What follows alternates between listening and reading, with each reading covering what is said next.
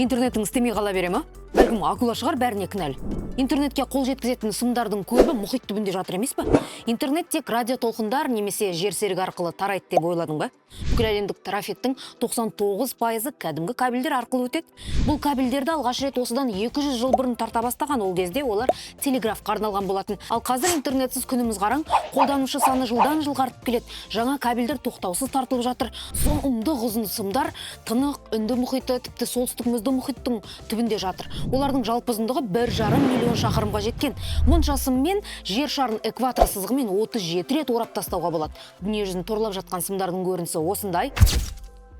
Ал Қазақстанға ең жақын кабель Каспий теңізінің түбінде жатыр. Кабельдер сондай бір жуанды емес, бақшаны суаратын шланг сияқты түрі. Ішіндегі талшықтар өте жіңішке келеді. Шыны немесе кварцтан жасалып, мыспен қапталады.